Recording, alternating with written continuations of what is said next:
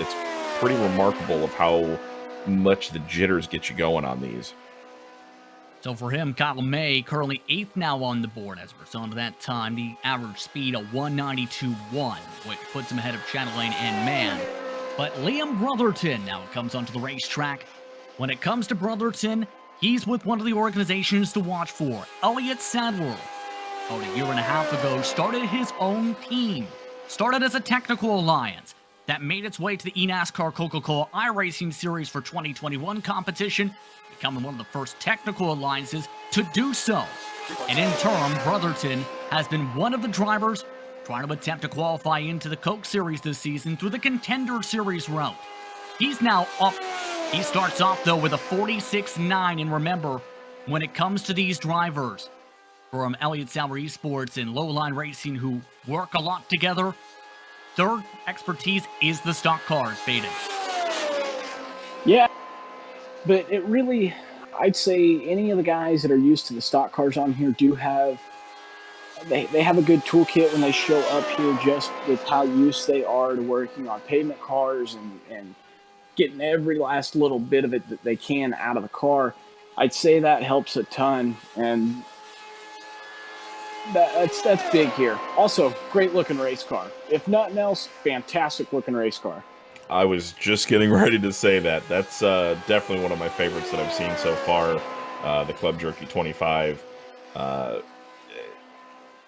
But just to kind of piggyback off what Baden said, I think these guys that understand how these tire models work, and look at theirs, first lap 46.650. So do you go crazy on your out lap to try to build up speed, or are you saving your tire a little bit?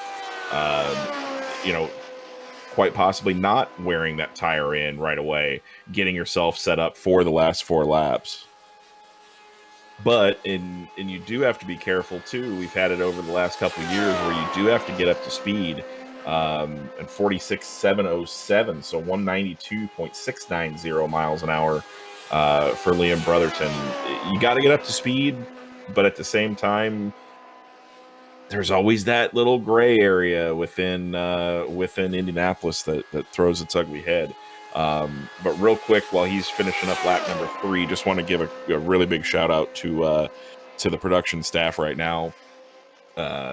They're working out some of the ticker issues right now, so we apologize for that. But they're doing every single thing that they can to get those going. And just huge thank you to the staff that's doing this for us.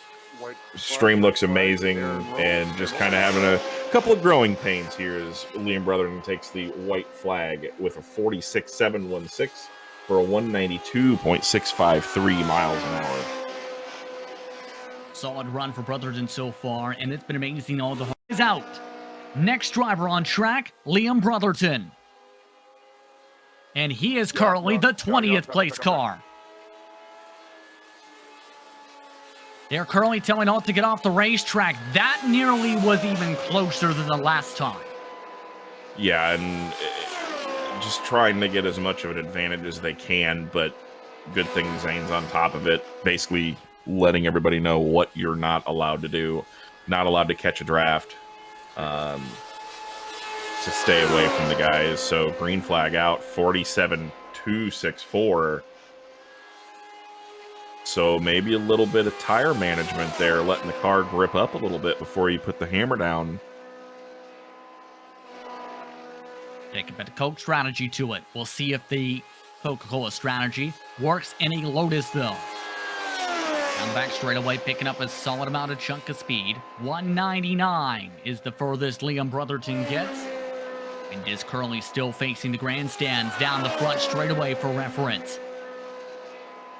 More than 190 miles per hour, barely blipping to 188 this time coming out of turn 4. Brotherton's first time around.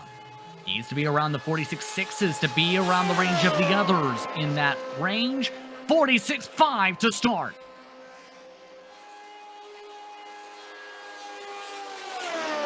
He's off to a good start for this qualified run. He might have a chance to also jump in the show.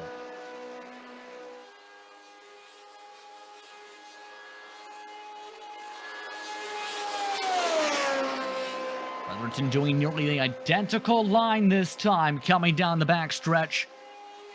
Mason Hannigan, again, is the car in the bubble.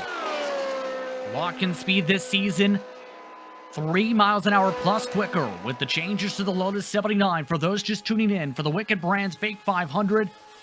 Apex Auto Sport Pole Day, presented by Wheeler Motorsports Consulting. Brotherton, what's up, a 46.666. Keep up the tempo here.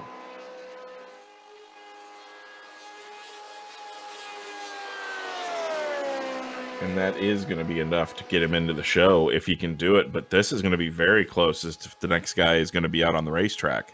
That's going to be the that's going to be the tough part, is do you go rolling out knowing that you might not make it to the green flag?